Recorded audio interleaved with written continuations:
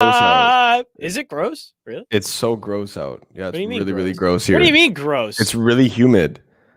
Like it was raining all morning, and now it it's gets just been warm like in that. Canada. Like once every 3 months, I guess. I gotta respect this guy right here. This guy right here. Every single time. I've never seen somebody so harsh on LeBron. Before I even get on, this guy, before any show I do, whether it's this show, whether it's the Mike North show, whatever show it is, it does not matter. This guy is up there, first comment every single time with something against LeBron. It is amazing. Jeez. You know what? I respect the hustle. I don't agree with the take. I respect the absolute bleep and hustle right here. I love it. How you doing, Ghost? Do you hate anybody as much as that guy hates LeBron? Like no, Chris Middleton, maybe? I don't think I have that in me, to be honest with you. Like it has to be a Canadian thing. Chris Middleton, you've said some things about Chris Middleton. So. I don't like Chris Middleton's game. I really don't. But they're gonna beat the Nets, so I'm rooting for Chris Middleton. I want them to beat the Nets. So go Bucks. You think so? Do you think it happens? I really don't know. Get this out of the way now because this is my last show on here. We will talk about it tonight, but I got to do it on the stream. I got to do it on the stream. This will be like an intro to the show tonight too, so it'll get me warmed up for the show tonight. After tonight, I won't talk with you for like a week or more than. It's true. That makes me sad. Does it? It does. Like you haven't gotten your package because it's been delayed 3 straight days in a row, kind of sad. Yeah, that's really messed up. That's really messed up. You should write an angry letter. I am DMing them. I am calling them again after this show. I'm a little upset. That's messed up. That's messed up. FedEx, especially when it's my PlayStation 5 that's being delivered. That's been. I don't know how you got one, but I've been trying to get one forever. I got lucky. GameStop, like when they do drop, they do it in bundles, and so scalpers don't get bundles, and so it's a little bit easier. And when I say a little bit easier, I still was on there for like literally 10 minutes straight, clicking buttons over and over and over again. Makes sense. Okay. By the way, it's the NBA DFS preview show. I don't know if anybody knows that. WinDailySports.com. That's what we're doing. So Nets Bucks. How are you feeling about that one? I don't know if they have an answer for Giannis.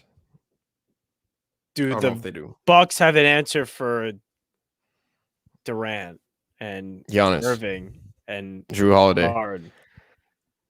That's where Chris Middleton comes into play. Oh!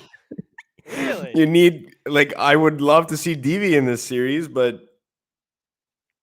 they're really gonna miss DiVincenzo in this series. A lot.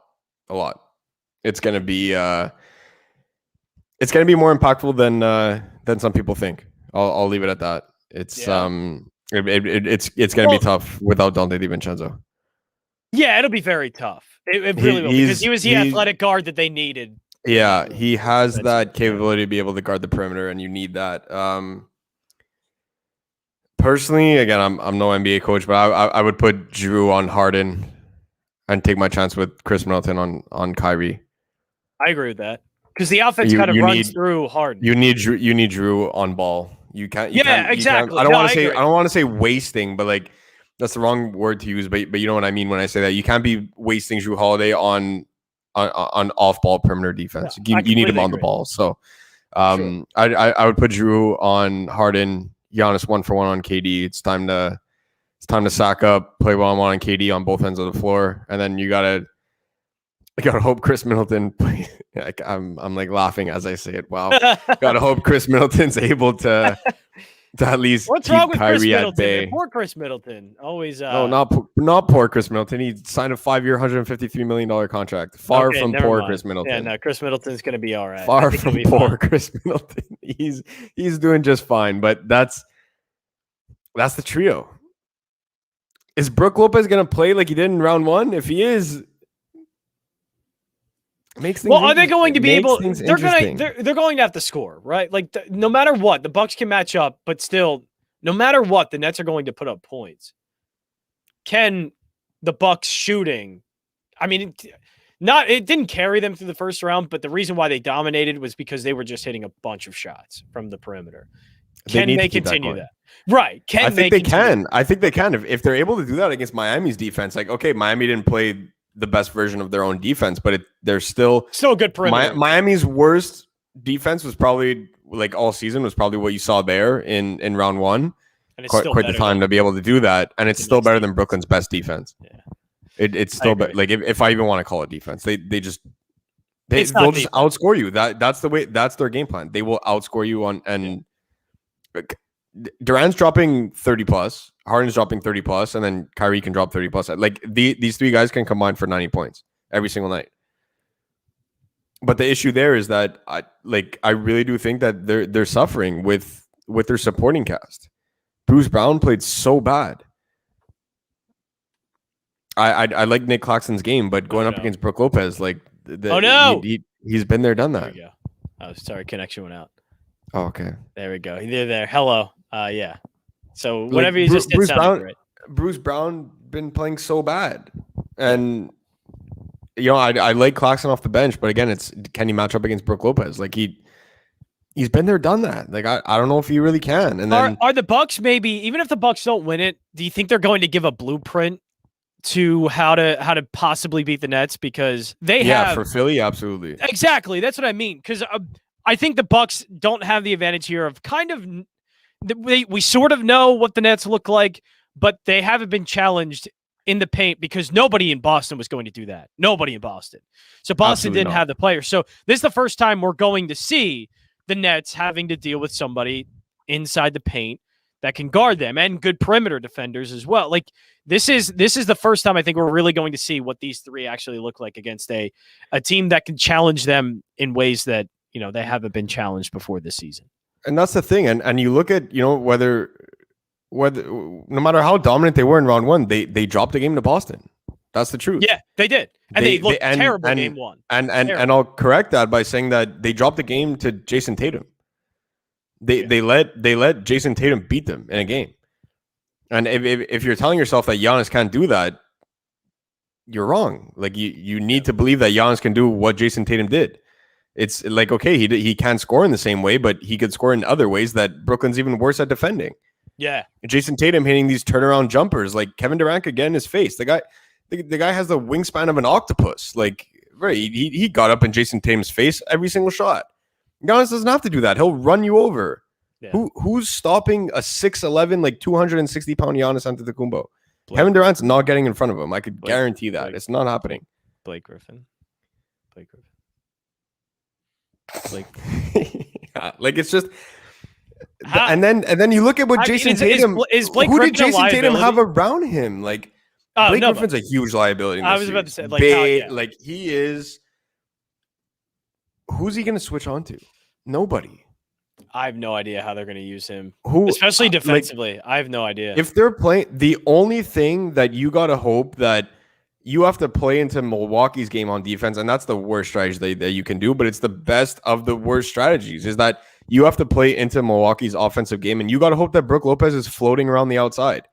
If he's doing that, you can hide Blake Griffin around the perimeter, and it's not as bad. You tell KD, play one-on-one on Giannis, and then just get that support. You're going to have Harden doubling in on him, trying to swipe the ball away, etc. And then you got to hope that when Giannis kicks out to Jrue Holiday and Chris Middleton and Brian Forbes and Connaughton and all these other guys, that they got to be knocking down shots when he kicks it out, right? Because they will double team Giannis in the paint. KD's not going to be out there playing ISO one-on-one on Giannis. That just doesn't work. So come on, man. Sixers and six. Pending Embiid's health. Well, I like that. Honestly, I wouldn't even rush. I wouldn't even rush them back. I think they can take one of two games. Like I would want them to win both at home. I don't want to go back to Atlanta in a 1-1 series, but at the same time, it's I think they can. They could win. They could win a game without Bede out there. Like they can go back to Atlanta 1-1. Joel comes back. Like give them that extra time. It's really not the end of the world if that's what happens. Like it's, I'm not concerned, but I think why I can't. Philly takes that one. 6 is a good number. I have no idea what to make of the injury because just the timetable seems all over the place because it was so vague. We don't know how serious the injury is. If it's one that he will be able to play through or one, not surgery, but like he maybe needs extended time to say. I have no idea. Like the timetable just seems all over the place. The thing that was concerning for me was two words in their diagnosis was meniscus and tear. Yeah. Right. That for me is like, so you're talking about a knee injury. So no matter what, even mild and you're using small. Tear, it's like that night, really it's the NBA. It's a professional sport. He got his test done that night. The results were back that night. This isn't your regular hospital where, you're there overnight and just They had the result, and they waited quite some time to be able to release that. So that was the thing that worried me a little bit. And then when they said it was a partially whatever this that like right. the way that they phrased it, like they kind of. I don't know how serious it is, it's far from a oh, my knee is sore, let me take a week, like 3-4 days off practice and I'll be good, like it's not to that extent either. So I am a little worried, but at the same time, it's they could win a game without him. They easily can. Are they going to win the series without him? I wouldn't go that far. I mean, I still think they can. It's definitely possible. Right. I think they can. It'll be a close series, obviously. That it'll probably go 7, and then at that point, you got to hope that you're holding Trae Young at bay in a game 7 at home. Like there's a lot of ifs, ands, or buts there, but it's just again, it worries me a bit. It does when they use the meniscus and then they're using tears and and just how you're right. Far from ideal. It's far from ideal. It was vague. It was like they didn't want to say the worst, but kind of fearing the worst. I don't know. It was a really odd statement, and so I'm not sure. We'll get to that game. That game's Sunday. By the way, Sunday, pretty cool day. I don't know, maybe like my birthday in a Sixers game, but that's cool. Whatever. It's awesome. All right, let's go to the DFS slate for tonight. By the way, only 2 games. Denver, Portland. I'm actually on Portland tonight. I think it's stupid. I love it. It's a terrible bet by me, maybe, but I think it's because like, can we play any 10K guys? Like, would it be worth getting Lillard or Jokic? I'm playing Dame. I'm trying to find a way to get Joker in there too. I probably am. Really? I'm shipping all the chips on this first game. I have very little. Wow. Honestly, I built the lineup. My first original look had nobody from the second game, and obviously you can't do that. So I had to move things around. Mm-hmm. I literally had all 8 guys. It's because the second game, if the Lakers do win, it's going to be low scoring, or even if Phoenix does win, like it could possibly be a blowout. There's just a lot of scenarios in this one where it could maybe just either guys going to be sitting or whatever the case may be. Just that's it. So a couple things before we get into the way that I think it's going to play out. The thing that we do know for sure is just right in front of our faces that the first game has a 30-point higher total. Yep. And then you dive into it a little bit more, and that the under has hit in 4 out of 5 games in the LA Phoenix series, with the only over coming in garbage time when like people were hitting useless layups and threes. Like it was just it was guys like Horton Tucker, just they were down by 30. Like it was like that. It was that kind of game. So the under should be 5 for 5. It's 4 for 5 in that series. You're looking at 200 to 205 points this first game. Like, don't hope for another double OT, triple OT, Dame Lillard Magic game there. But I don't think at the same time, the total's 30 points higher. Like, I'm so invested in this first game where you compare stars for stars. I rather Dame and Joker versus a combination of AD and Braun and Chris Paul and Booker. It's just that's just the way my lineup is shaping up tonight. And the value plays are better in the first game too. That you have a clear image of what the rotations are going to be. And then we're talking about the way that we think it's going to play out, or at least like things that we're unsure of. Well, we don't know, number one, if AD is going to play. Personally, I think he does. It's game 6. Knowing the Lakers are going to force him to play, I think he's going to play. It's a mistake. They oh man, call me crazy. They should not play him tonight. If they lose, they lose, bro. Get healthy. I didn't think they were going to play him tonight. Get your team in order. Like get your. I'm trying to find another word that's not a curse word. It's a family show. Get your stuff together. Is it a family show? And get your team. Can I say, get your shit together? Yeah. And just get your team healthy. Your average age on this team is like 50.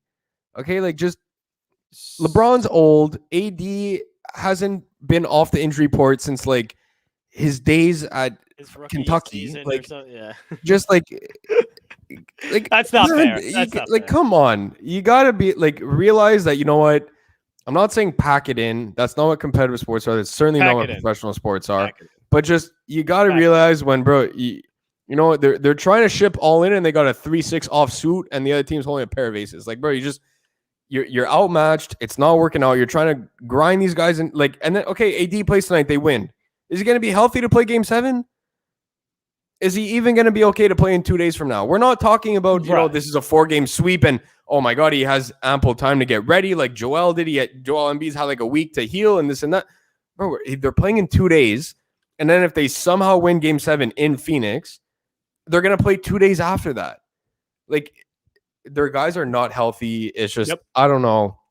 I think AD still plays just because that's the nature of the beast. That's the way that it is. He's going to play tonight. I think he will. But you're going to see the infamous AD to the locker room tweet on a 2-game slate. What are you going to do? You're drawing dead in the water. You're going to see that nice tweet, AD to the locker room. Here we go again. That's what it is. So, and now everybody, like last slate, we talked about LeBron and how he was in a good spot, no AD, except, right? We talked about that. Mm-hmm. Guy dropped 25, 6, and 8 in like 25 minutes. If they weren't down by the rest of the starting lineup shot 3 for 18. Like if they make that a game, the guy was on the way to leading the slate in scoring.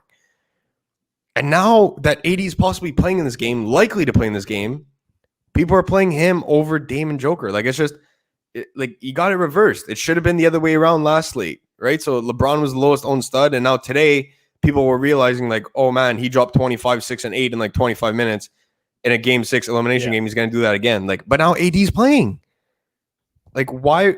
In the first game it's going to be Dame versus Joker. That's what it is. Like, Portland has their season on the line at home. You know exactly who the ball is going to. You know exactly who's going to take 25 shots tonight. There's no surprises there. In that second game, you like even if you only play LeBron and or AD with Booker, you're using close to, if not your entire lineup. It's a 2-game slate. The studs will dictate this slate. So if you're playing AD and or LeBron or Booker, any of these guys, you need them to go bonkers. The only guy of interest in that second game is Devin Booker, just because he's so cold, man. Like this guy's just, oh my God, this guy's cold, bro. He's one of my favorite players to watch. He's been electric this playoffs, and like CP3's injury doesn't concern me, but it's enough that, bro, Book's just been showing out every single game. Book's the guy that I want in that second game. If you can make him fit, and I even wrote he's not a necessity. That was my point, where if you're playing that second game, it's Devin Booker or nothing. Like I'm not investing a lot in that second game because there's a lot of stuff that we have no idea what's going to happen. And then number 2, it's just that first game has better star power, it has better value plays, and it has a 30 to 35 point higher total. What's there to overthink, right? Like for me, it's just I'm all in on that first game on both sides tonight. So who is the value then in this first game? Because obviously we are putting, trying to fit into 10K guys. You got Devin Booker, who's an 8K guy. I did get Monte Morris in there because I know he's one I want. Yeah, I really do like. So I wrote up the Denver guards as just Denver guards today, right? Because nice. I didn't want to just single one out. I wanted to talk about all of them.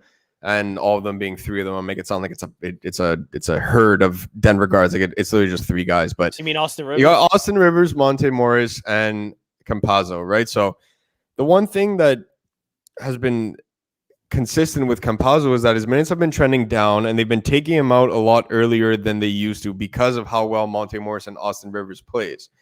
So if you're looking to get really different, you can play Campazzo tonight. Nobody's going to play him. People are going to play Morris, possibly, and Austin Rivers in the same lineup. I'm okay with that. I'm not completely opposed to it, but you need to realize that in order for them both to go off, you need Campazzo to have a bad game, because if Campazzo is playing well, it's going to be one of Monte Morris or Austin Rivers on the court with Campazzo, right? It's not going to be both of them. So if you're playing that angle where Campazzo has a bad game, I'm okay to roll both of them. Not a problem at all. And yes, you can play them with Joker. I just said I'm all in on that first game. So typical scenarios where, I don't like playing MPJ with Joker. I don't like when I'm on Joker, I barely play any Nuggets, because that's for the 10, 13, 15 game slates in February. For right now, it's a 2-game slate. All that kind of stuff goes out the window. You need raw points on this slate, right? So raw points is the name of the game. You can't be looking at, who's a better this. No, you need sheer raw points. Keep it simple. Yep. That's exactly what you need on a slate like this. So Morris and Rivers are those 2 guys. They're going to have the ball in their hands. They're very active. Both of them are playing fairly well.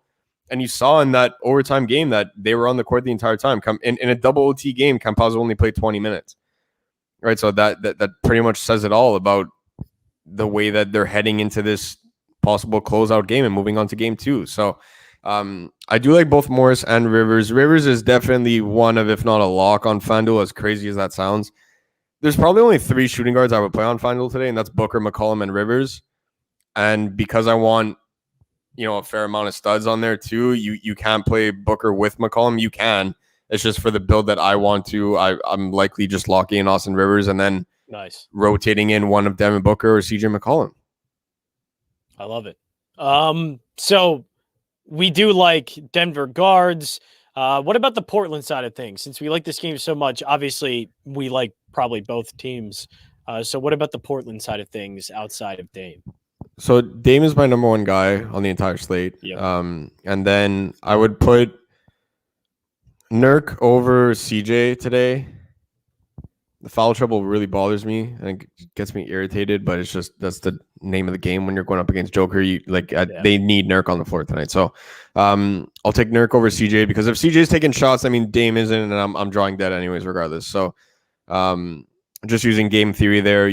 I'm not saying that you can't play the two of them together. You definitely can. Like I was saying with Michael Porter Jr. and Jokic, you definitely can. It's just if I have the decision between Nurk and CJ, I will take Nurk.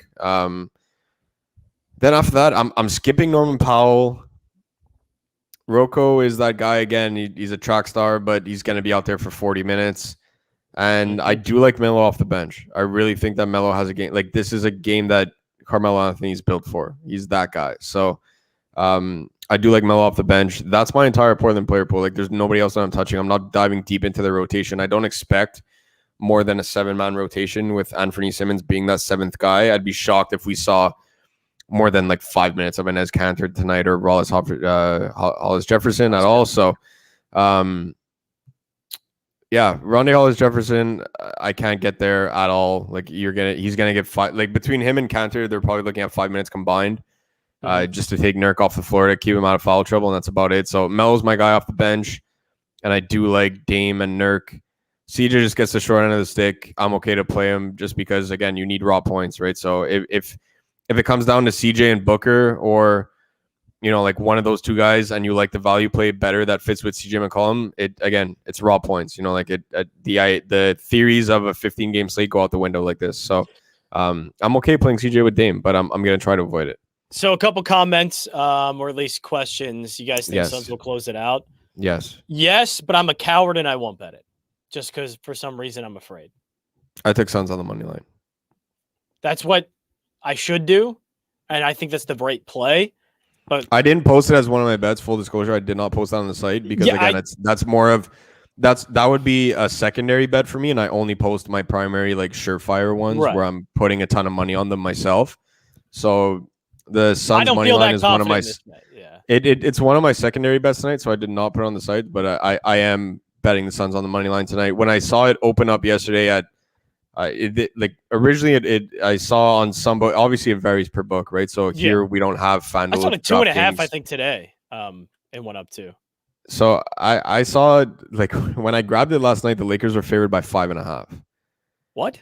So no way. So the value were they really? Value was at 5.5. Wow. That's a lot. That's why I ended up taking it because number one, I'm actually. So you have it at 5? Yeah, I didn't take the points, so I took the money line. Oh, you still probably got it at a good money line price too. Then. Yeah, it was a good price, so I took that right away. And the thing there is that we don't know if AD is going to play. Right? So that's the thing when you end up betting NBA, especially this season. One of those things that I tried to make people aware of was the risk that you take with stuff like this. Like people were like, "Oh man, like you ended up betting Miami money line, and now." Kawhi and Paul George aren't playing on the other side. Like Miami's a surefire win. And it's like, but those are the kind of risks that you take in betting NBA, right? So, and even in the playoffs, it's no different. Like you look at AD tonight, you could say, okay, well, this can go two ways. AD plays, I still think Phoenix wins. Or if he doesn't play, I'm going to get good closing value. And you look at the line right now, I see it at -1.5 or -2. That's pretty much as high as I see it. So already, even if it doesn't hit, I see it as, well, I got 3.5 points of value. That's a lot. That's a lot in Vegas spread. We're talking about a line moving 3.5 points. That's drastic, right? So that's where when I saw that, I was like, okay, I have to jump on this right away, and I'll just figure it out tomorrow if I'm really gonna do I end up cashing it out at a bit of a unit loss if I'm really that unconfident in it, or am I going to keep it in? Right now, I'm riding it out. I really do think Phoenix ends up taking this one. I think they get the job done. I do too. I hate this LA roster. I've made that known. I'm not a Lakers guy. I hate their fan base. I am taking the Trailblazers tonight. I told myself I wasn't going to bet on that game, but now I see like 6 or 7 props that I like, and I'm going to go from 0 bets on the site to like 9. There you go. Well done. So I just wanted to sit and enjoy that game because I feel like it's going to be an absolute thriller, but I'm taking that's what it is. I'm a lunatic. That's what it is. So I'm probably going to post a ton of player props after we get off here because it's a late start tonight, 8 p.m. Eastern. So I got plenty of time to throw it up there for you guys. We do have a little bit of a lineup for you. Dame, Book, Gordon, Mello, Joker, Monte, JaMychal Green, THT. Keep falling at THT and it grosses me out. So that was the issue. That when before I published the article, I always look, okay, like, is this something that fits for everybody, right? So like, I don't want to make it impossible for you guys to build, right? And you'll see that if people have been following my content for long enough, you'll see that you're able to build a lineup based on if you combine the appropriate tools. I'm not going to say which ones. If you combine the appropriate tools, which are in the article every single day, the exact same paragraph, second paragraph. But anyways, if you're able to combine the appropriate, WinDailySports.com. If you're able to combine the appropriate tools with the players that I list, you're able to build a full lineup on your own, right? And typically it's something that I will say yes to because number one, those are guys that I wrote up. And then number two, I use the same tools as you guys do, right? So that's one. Before I published, I said Book is not a complete necessity on DraftKings. And my pivot there would be Cameron Payne. You could go Cameron Payne or Mikal Bridges to get some Suns exposure. And the lineup fits a lot better. You could come off guys like THT or Caruso or Marc Gasol, any one of those guys, right? I don't mind playing Marc Gasol tonight again, but if your last man ends Marc Gasol versus THT, I'm less willing to tinker versus THT, but THT might not even see the floor tonight, right? So that's something where a goose egg on a 2-game slate, you're drawing dead. You're not cashing. Yeah, it's that simple, right? So look at that, Jimmy Wagner. Jimmy's the man. Jimmy's the man. Welcome. So that's what I would do. Man. I would come off Book as much as it hurts me to say. I would come off Book, and you don't have to go too far. You keep in that same rotation. You get guys like Cameron Payne, Mikal. All these guys are going to play 30+ minutes tonight, right? You guys have the starting five. Some pretty good games this series too. You have the starting 5 of Phoenix, and then you have Cam Payne off the bench. Those are the guys. Those are the guys that are going to need to get it done if they want to close this series out. So I want to play guys that are going to be out there for a ton of minutes. And if they don't produce, they don't produce. But I don't want to play guys where I'm saying, well, I hope a blowout happens or this happens or this guy plays bad and that means this guy plays bad and then this guy drops a water bottle on his foot. So this guy's going to get in the rotation. Like you can't be messing with that kind of stuff on a 2-game slate. You cannot. WinDailySports.com. Check it all out. Obviously, you can get all of the, like cheat sheets, projection models, all that type of stuff. You can check it out, WinDailySports.com. Also, join the Discord chat. Ghost will be there hanging out until he gets to go on my show at what time? You're coming on at 10 o'clock, right? I'm coming on at 10. I'm the last slot today. Yeah, basically, you are the last guest that I'll have on my show for the week. Oh, I love it, man! Closing it with 10. Ghost tonight. But by the way, Fox Sports Gambler, iHeartRadio app, you can check it out. It's free. Please make sure you guys tune in. Please, I'm on radio, tonight. Live radio, live, and we get like the best part. The best part that I will say in the how many times have I been on? Like 3-4 times now, 3 or 4 times. It should be more than that. Is it more than that? It's probably 3 or 4 It's already been more than that? That's crazy. No. I want it to be more than that. It should have been more than that. So the best part is that we get to just stop whenever we want and we could say like, oh my God, did you see that play? Like Ben Simmons had a crazy play and we just completely stopped dead in our tracks of what we were talking about. We're like, did you guys just see that? Like what Ben's live reacting to games. You have live reactions. It's so great to Dame Lillard dropping 60. So we will. If you hear me mid sentence, will you be on during fourth quarter Dame? I think you might be coming on near fourth quarter Dame. It's gonna be third. Well, it's 10 to 11, right? Yeah. It's gonna be because the game starts at 8 p.m. Eastern. So we will see fourth quarter Dame. Like I'm gonna stop dead in my tracks and go, oh my God, it's Logo Lillard, right? So if you guys want to see those kinds of reactions. uncensored. That's what it's going to be tonight. Make sure you guys come censored, not uncensored. Easy. I was waiting for that. Woo! No, but yeah. FCC So it will be different, man. It will be a ton. I was waiting because I wanted to see if you were paying attention to what I was saying because you look. Yeah, paying attention. God. So you guys make sure you guys come and have some fun with us tonight. It's gonna be a ton of fun. We're gonna get to see Logo Lillard. It'll be great. It's gonna be a crazy game. And I'm playing Dame tonight. I'm playing. There you go. Denver guards. You'll be in the chat, so everybody their lineups. Yeah, we have our DFS gurus in the chat helping you out. I see lineups in there all the time, and everybody does a great job of messing with the lineups, and here's what it's really great. So check it out, windailysports.com/chat. But that's it for the NBA playoffs DFS preview show. I will not be there tomorrow or next week. Go Blazers, go Sixers, go Bucks, go Blazers. Let's do that. That's it. windailysports.com NBA playoff DFS preview.